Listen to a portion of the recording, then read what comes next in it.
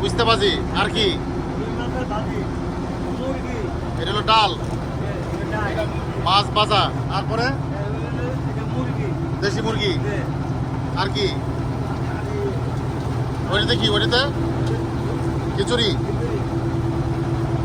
মাছ কি দু পেঁয়াজও নাকি ফ্রাই? দ্রুত করেন।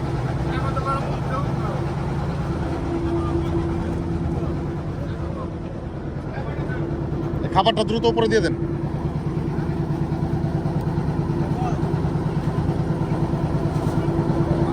এই রিয়াদ ভাই, হ্যাঁ রিয়াদ ভাই, হ্যাঁ রিয়াদ ভাই, আচ্ছা আপনি রাখেন। আমাদের মাছ অবমুক্তকরণের প্রোগ্রাম শেষ, এখন হচ্ছে দুপুরের খাবার দাবার।